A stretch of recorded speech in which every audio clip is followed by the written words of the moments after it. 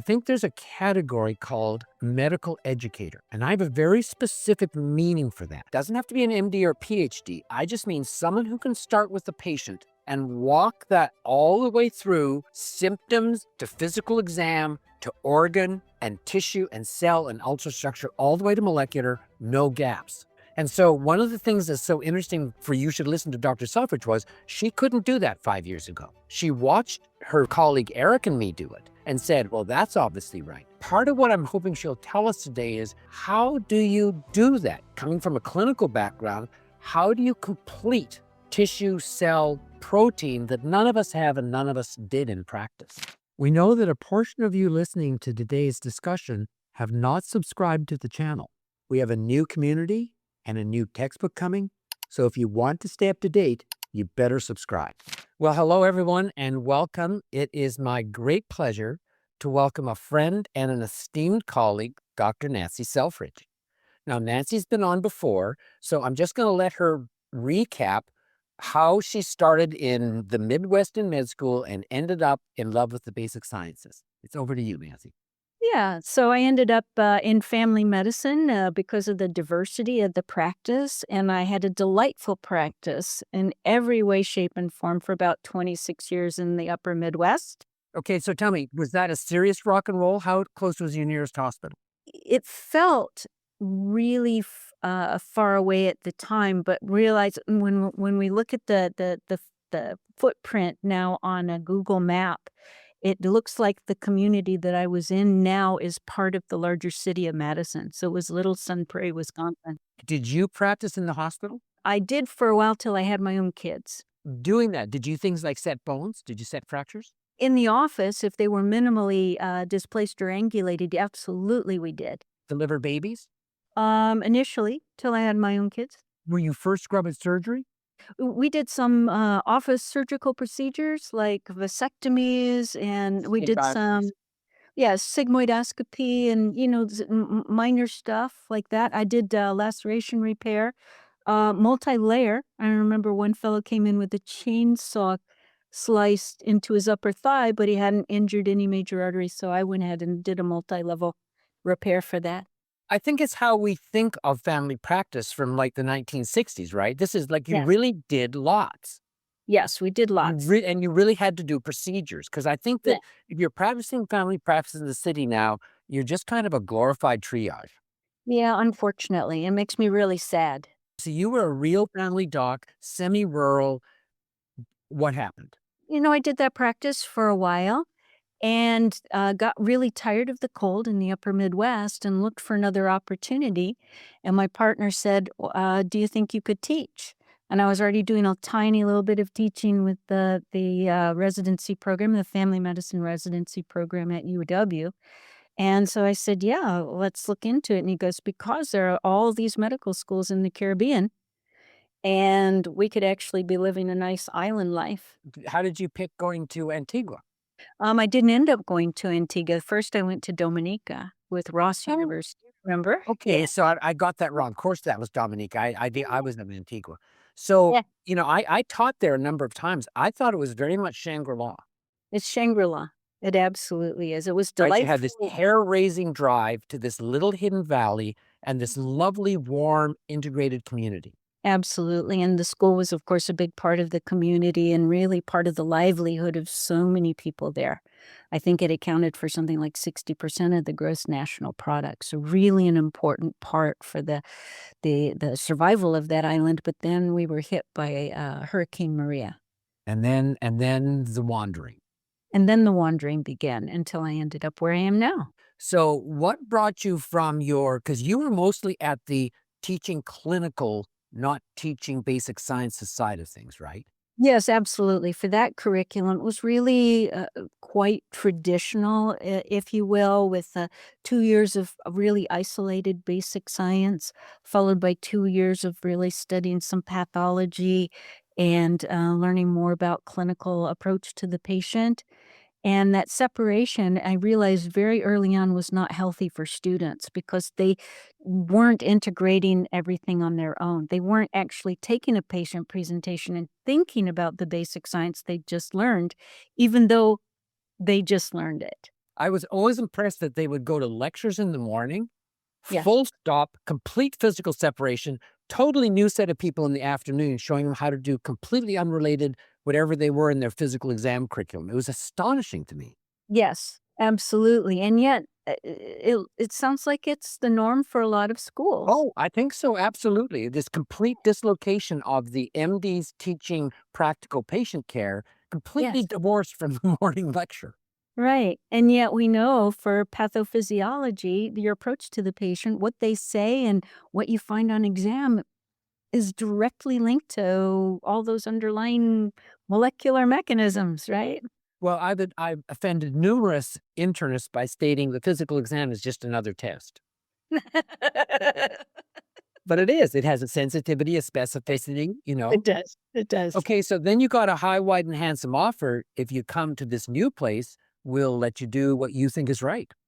Yes, and that was, of course, the hook for me, Oh, unequivocally, even though, yes. it's hard to do an international move, again and again and again every couple of years, but I was willing to do it for this reason. And so, I got to lead curriculum development, as a truly integrated curriculum. So that was, what's it been now? 3 years, 4 years? No, it's been well, we started developing the curriculum in '21, so we're looking at 5 years now. Tell us about that. Tell us how that's gone. I've been I consider myself extraordinarily lucky because for whatever reason, we got the correct core people involved in the process. One of them, our colleague, Eric Nielsen, who Well, that you know. wasn't luck. You chose him, Yes, but he happened to but be he came. available. Yeah, He came. he came. You see what I'm saying? I do. Um, we have, some basic science, colleagues, PhD colleagues who believe this is the way things should be done, which is really wonderful, and have been willing to stretch, and you've met some of them, well, you visited here as well, Yeah. and anybody who hasn't sort of been on board is kind of naturally said, "Not for me," and left. Okay, so you come in as curriculum director, but we're still looking at the traditional roles. The PhDs teach lectures in the morning, and the MDs pick them up in the afternoon, where they do an unrelated set of physical chores. And we're not doing that at Oh, all. I know, but you might. But that's where you started from. Tell me how you, just practically speaking, how did you not just fall into that natural rhythm? Well, you know the story. I was influenced by watching you and then watching what Eric was able to do because he'd been tutored by you. And Well, I realized that this is the way we have to teach now. but tell me what you did. Okay, I get it. Wait, so once you believe and you drink the Kool-Aid, now what do you do? Well, we use a flipped classroom, and there's some foundational stuff that students have to prepare before every session.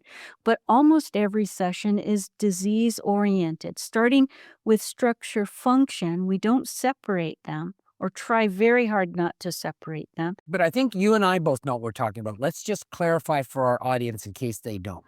So you went to a traditional curriculum for the first 4 semesters. Yes. And what were you doing in the afternoon? Were you taking those afternoons time in the clinic and connecting it to the lectures, or was it still reasonably separate? Initially, it was separate, but I was in charge of that clinical education, and so what Right. we tried to do over time was to align what they were learning in clinical, including their, high fidelity simulations in their standardized patient program with what they were learning, but there wasn't enough crosstalk. So it's still pretty big, pretty clear domains, weren't they? Big gaps still because we didn't have our clinicians able to talk about molecular. Nor your lecturers talk about clinical.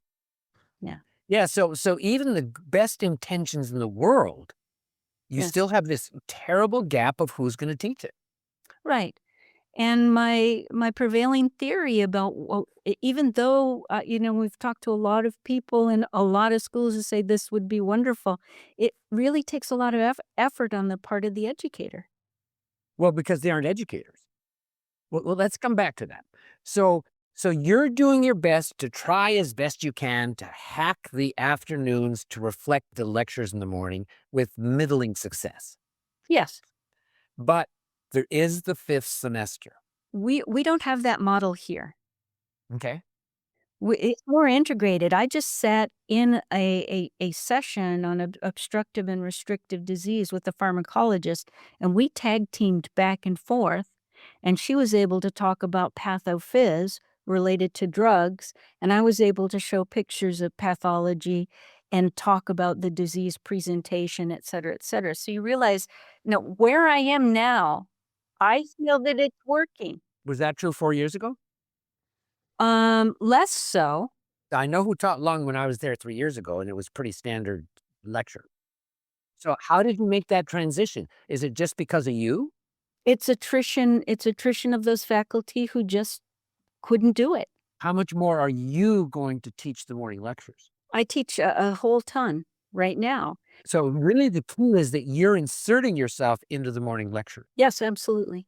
So just for your audience's sake, I want to clarify an idea that I use a lot, so it's important to know. I think there's a category called medical educator, and I have a very specific meaning for that.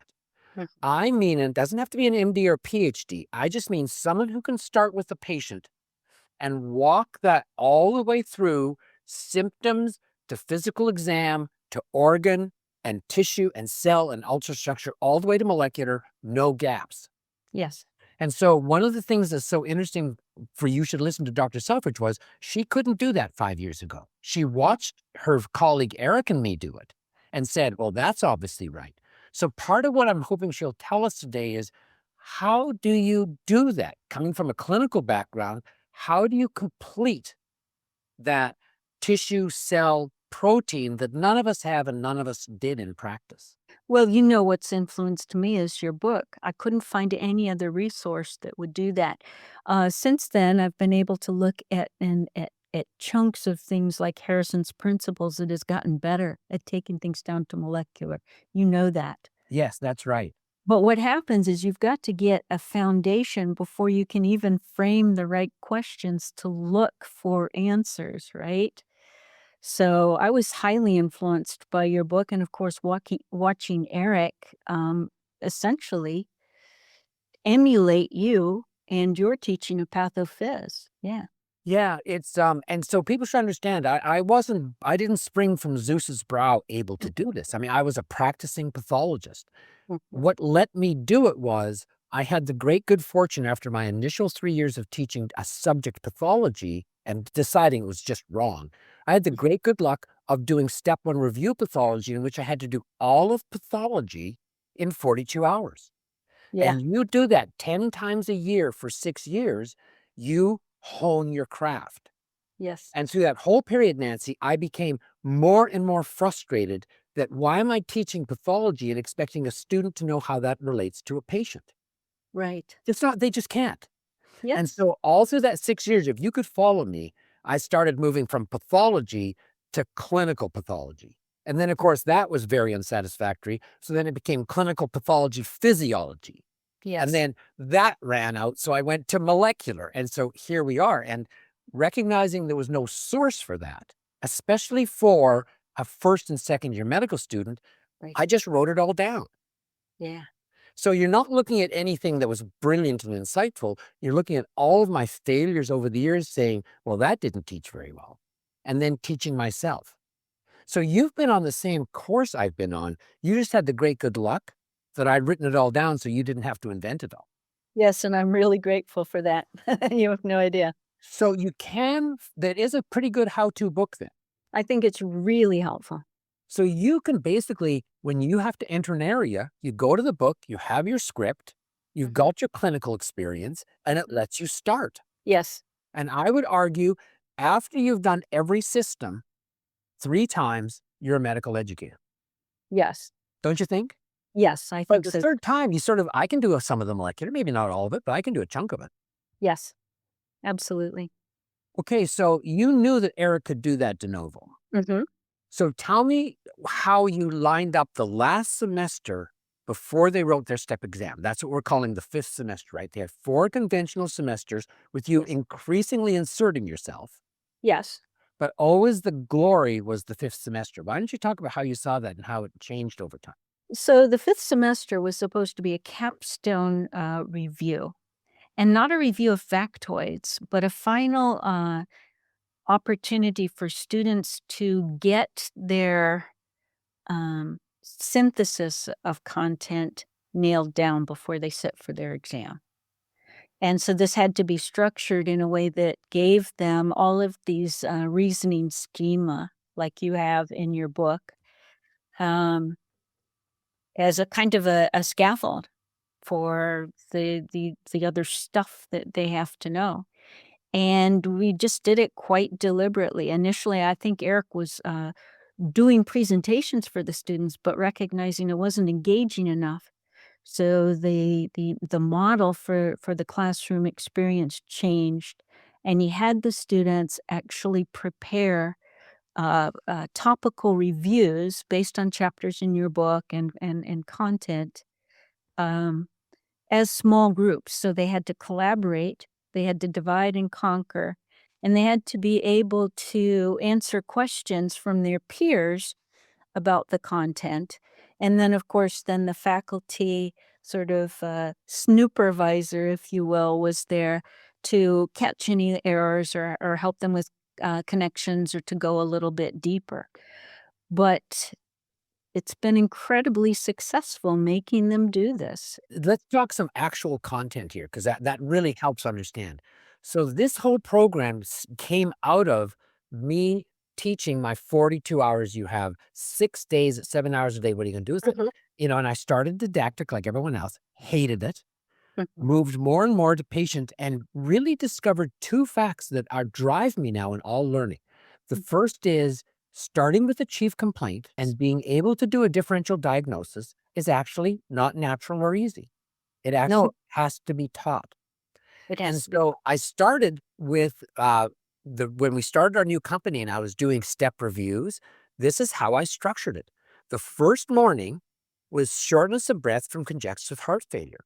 Mhm. And students trying to use their subject-based learning were so it was so unhelpful. I actually had to reteach didactic heart. I had to teach how clinicians think of heart anatomy Yes. and how a sarcomere works. Most students Yeah. just aren't comfortable talking about sarcomeres. Yes. So I would spend the first morning on congestive failure, but then my afternoons, everyone was really tired. Mhm.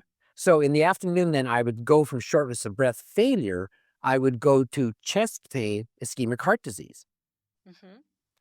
Next morning would be shortness of breath lung, Mhm. and everyone's getting pretty tired. Trying to switch from Yes. subject passive listening to Yes. active clinical patient is exhausting. So I Yes. picked a really short subject. Turns out circulatory is actually a surprisingly short subject. Yeah. And so we would go through basically atherosclerosis Mm. and vasculitis. Mhm. Big morning on renal, Mhm. crushing afternoon on endocrine, Mhm. right? And so understand we've already done 3 days and everyone is just trying to do this mental switch is so difficult for students. Well, I feel lucky here because we've actually started a lot of this way of teaching earlier in the organ-based systems. That's Yeah. true, but it sure as Yeah. heck wasn't true when I was there 3 years ago. No, I accept that. So because what I want people to understand is this. Having 2 dedicated patient-centered teachers, starting Mhm. with Dr. Nielsen, with Mhm. who had your complete power behind him, Mhm. and the students watching their 5th semester student colleagues go through this, Yes. knowing what's coming, and Yes. you walking into all those basic sciences Yes. and forcing both the lecturer and the student to say, "Make me care. How does Yes. this work?" So anyone that's saying to themselves, how do we implement this? What I'm telling you is you've got to start with a medical educator, and then you'll see people who believe can train themselves, which is what you've done, which is all I did. I just did it from experience. Eric Yes. faster because he Yes. did it with me, and you were following us and had the book. Yes. And so look at how you're talking now. I mean, I got to tell you, it's really funny. When I first was at your school, it was like when we walked into that first semester and I was there for that first class, was there a lot of resentment? Sure. Yeah, but there isn't Absolutely. now, is there? No, no. Because you shifted the culture. Shifted the culture, and believe it or not, quite remarkably, in the process of people coming and going. with a lot of people going because they didn't wanna play in the sandbox, right? Yep. And but we've actually attracted some people who've been looking for this for a long time, so they are out there, right? Oh gosh, yes. Educators, yeah. Yeah. So one of the things that anyone listening to this should understand is we're in our what, third year now of this? Mhm. Yes. I would say solid 3rd year, yeah. When Eric first implemented our program, and he and I were there for that first semester, you hadn't graduated a class yet. No. And I can tell you, I remember very clearly how much resentment there was on the students because they just wanted to study. And by study, they meant first aid and U World. And this Yes. was not what they wanted. It was tiring. It required thinking. They felt like idiots the whole time. They couldn't answer any Mhm. questions. And there was a lot of resentment. And we were having none of it. Yes. We're going to do this. I think this recapitulates my experience in my first med school when I was teaching clinical pathology and everyone really resented me Yeah. until the first class wrote their step one. Sure. And they said, well, you might think that guy's a jerk, but that was the exam. Sure. I think that when I had your students for the third time, and we did this for the third time, and they Mhm. were really good the third time, and they all Mhm. passed their exam. Yes. Students have this smoke stack network of communication. I think that with you laying down the hammer, everyone hearing about the fifth semester, and then everyone in that inaugural class passing, I Mhm. think you've got buy-in in your institution. I think it did too, and we don't get resistance from students now. It's really interesting. I'm blessed with the class that I am in the 5th semester now, because there's 100% buy-in from everybody or they're faking it till they make it, Well, faking's fine. No, nothing wrong with honorable faking. right? Cheerful, okay with being grilled. There's none of this sort of, "Oh, no, I didn't have time to prepare." They come to class prepared.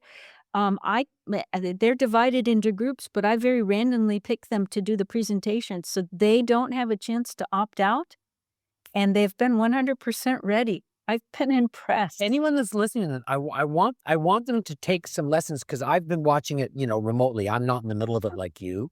I want a few facts I want them to think about. First of all, this is 3 years in the making. Yes. Second of all, students buy in when you have exam success. Yes.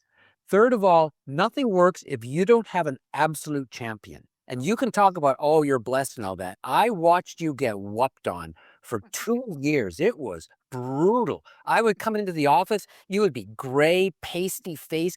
Somebody had just yelled at you. It was really hard. And it was so, I would teach that class, Nancy, and every chance I had, I would stop at your office and Mhm. talk about what I saw that day. Yes. So, you empowered a team, you had a medical educator, you brought in a second one, and you took a beating for 3 years. Yeah, I mean, this is a kind of a funny story, but I remember one class sort of going into revolt mode, and I happened to own a flak jacket, so I wore it to work into the classroom. So it's easy to look back on the success and sort of go, yeah, that it was not easy. There's a lot of resentment. And so, a couple of things anyone watching this should understand. First of all, you need medical educators. Mhm. Second of all, you need absolute political control and blessing from your administration, which you have, You have to have it, right? absolutely. Yeah, Third, your students have to show the results in their exam, yeah. right?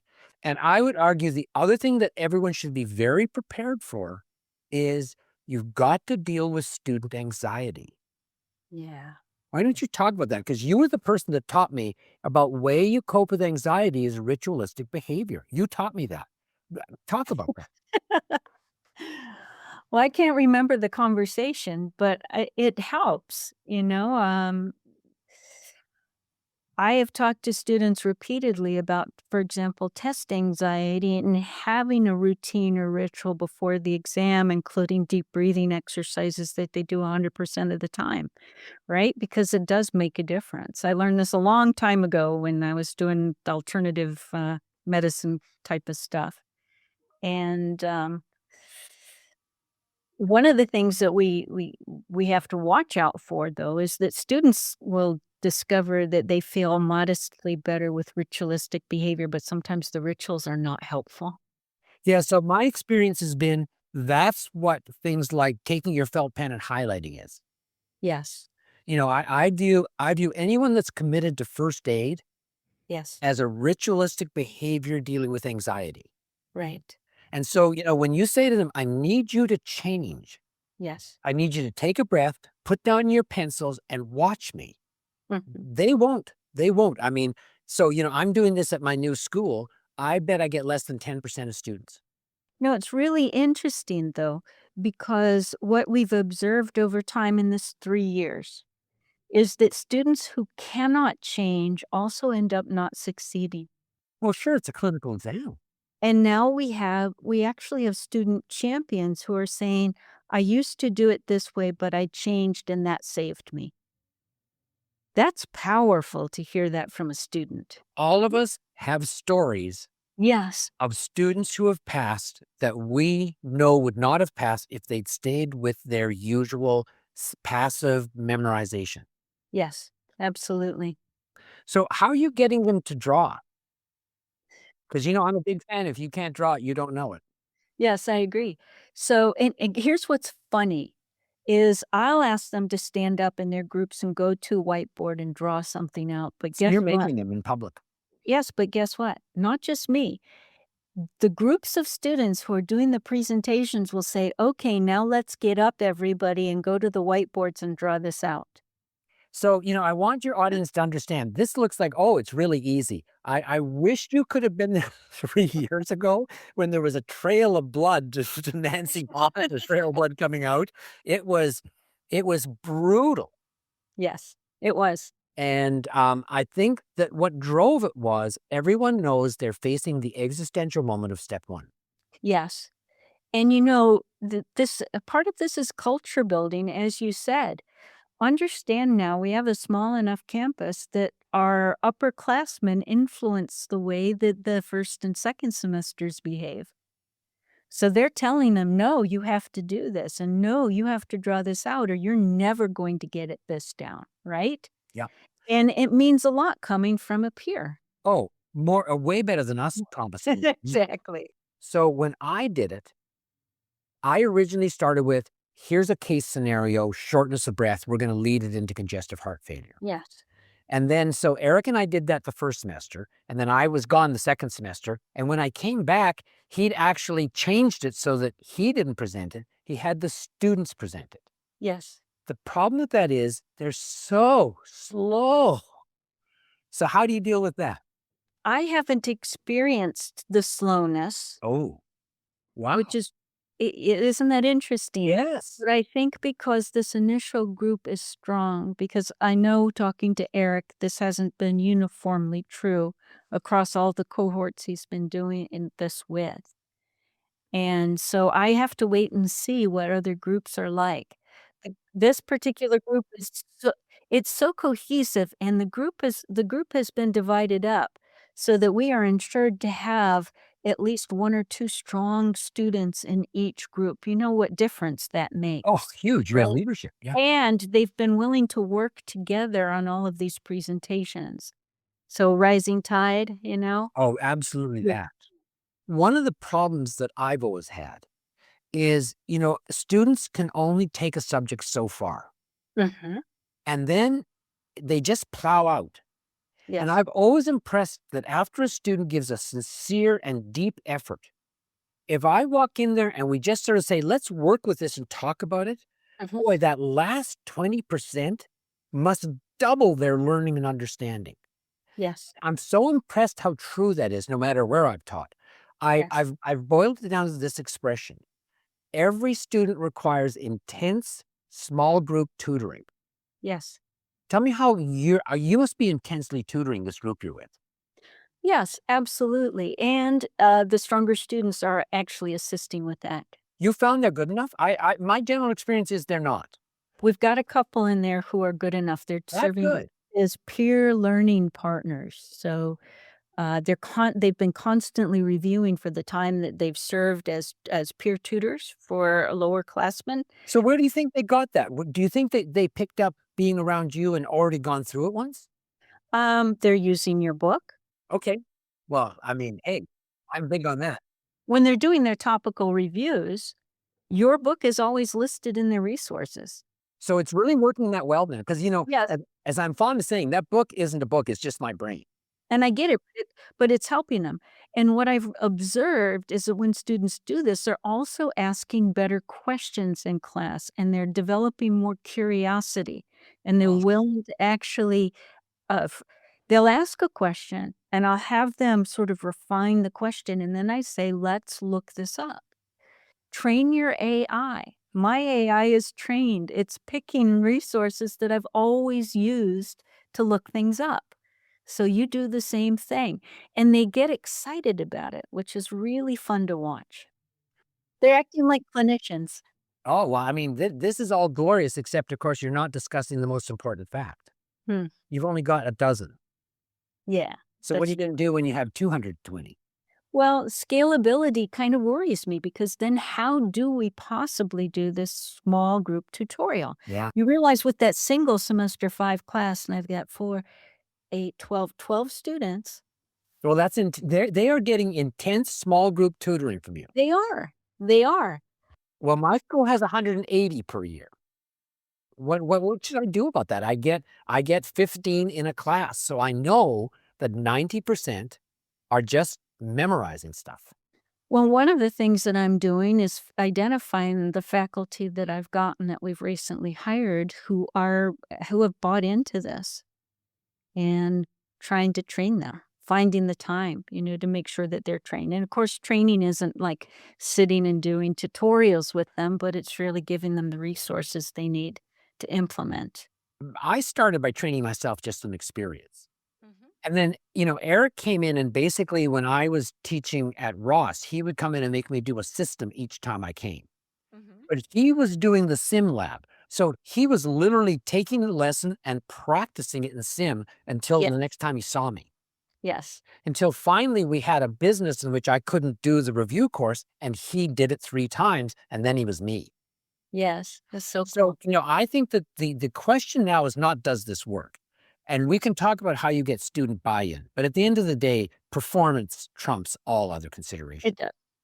The Absolutely. question is going to become how we make the shift in established systems Yes. because the people have to teach themselves to become medical educators. And they have to accept certain facts, and that is you can't teach everything that you want to. I'm thinking of I'm thinking of, some of my PhD colleagues, and some that we've recently hired where I've had to emphasize this again and again. Don't add any content. Don't add any content here. If you wanna make a change, we have to have a discussion about this, and don't be surprised if you don't win, right? Yeah, I mean, I think coming out of practice, the two hardest things in teaching are number one, what can you reasonably expect a first year medical student to know? And the answer is no matter how little you think it is, it's less than that. Less. And the Exactly. second is what don't you teach? Brutal, right? That's hard, isn't it? Just Yes. enough, just in time. Yes. But one of my first mentors, who was a wonderful teacher, he always used to say, less is more. Yes. I remember watching him teach glomeruli, and all he would teach, I'm not kidding, all he would teach, nephrotic. He said, that's plenty for now. And That's now, great. a decade later, I know how true that was. Yes. Because if you have those nailed, then you can actually go and learn the rest of the You stuff can you teach yourself. Yes, exactly. Yeah. Well, so it sounds like I mean, this is the last time we spoke was what? You were just starting this, taking charge and being the actual medical educator on the ground. Mhm. Sounds like it's been triumphant. I'm in a good mood, Well, I so know you're trying hard not to be smug, but go ahead. I'll be smug for you. no, I'm really happy with the results. Now it remains to be seen how upcoming classes, perform, so I would love to touch base with you after a second cohort is in there that doesn't have this sort of cohesiveness and this beautiful, warm personality that this class has that I'm working with now. Now, every class is different, but I got to tell you, for me, what was interesting was you've truly captured the culture in your institution. I think So so. anyone who wants to rebel isn't rebelling against you as the authority. They're rebelling against other students. Yes. It won't work. Good. But the second is how seamlessly you started as a complete amateur with modest experience and the Mhm, book. mhm.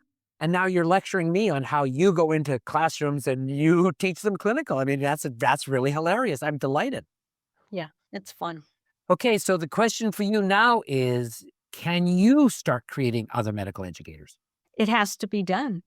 I see it as an absolute necessity, considering how committed I am, you know? Well, so here's what I think. I think that for the next talk, we should talk about not your experience now in being a patient-centered educator. I mean, look at how smug you are. You're just sitting there, just being so pleased with yourself, and that's great. The question's going to be now, you've got student buy-in. How are you going to get faculty buy-in? And then how are you going to get others to become medical educators? Yeah, and I would love to talk about it, but I'm wondering if you have any ideas. I would just do what we did, which is I would have your person do one system. Okay. And then you just, after they've done that system 3 times, then they Mm, pick up a new system. It's extremely stressful, but it's actually a manageable learning curve. yes, So you can think about that. If you're doing a system a semester and you're on a 3 semesters a year, sure. it's basically going to take you 2 to 3 years before you've done every system. Because for me at that point, I got really interested in principles. Sure. Then all of a sudden you care about cytokines and you can Yes. do adaptive immunity and you're feeling, you really get into much more basic sciences. Mhm. So that would be my thought, which is, let them continue on. And when you first start, don't be shy. Just put the lecture up and read it, Cool. right? There's nothing wrong with that. And as you get better, by the third time, you just need a few little pictures. Sure. And by the ninth time, you just have a blank piece of paper. Absolutely. I've found that already with some of the stuff that I've been teaching for a while, like repro. Oh, yeah. You're whiteboarding repro now? Yeah, I absolutely. can never remember what the LH and the FSH do across time. I always give it a little quick peek. I always write it a little tiny thing is a Yeah, picture beside so I can get them right. I always realize I get the curves wrong. yeah. Yeah, so that's whiteboarding. Which do you feel least secure about? Probably still renal, but it's Really? coming. Yeah. And it really is, I think, a mental block because for whatever reason, and it's very easy for me to blame the teacher, but I don't think it was a teacher. I think he was good. I just had a mental block against renal physiology. I have no idea why. That's Think really about this. Yeah, isn't it strange? well, yeah. And nothing else. Endocrine was fine. I have subjects that I hate. I'm not. I mean, maybe it's a block, but I mean, like I find learning lists of pharmacology. I just hate it. Yeah, I don't blame you for that though. Well, you would think that being able to treat would be fun, but not for me. I just stupid. Look it up in a cookbook and whatever they prescribe, that's what you do. Sure. Okay, well, so we're leaving off. You've got through your first semester as a medical educator. Mm-hmm. You're walking fearlessly into PhD level subject classes and walking into the clinical side. Yes. Your class is bought in. Yes. I guess at this point, it's you now creating other educators.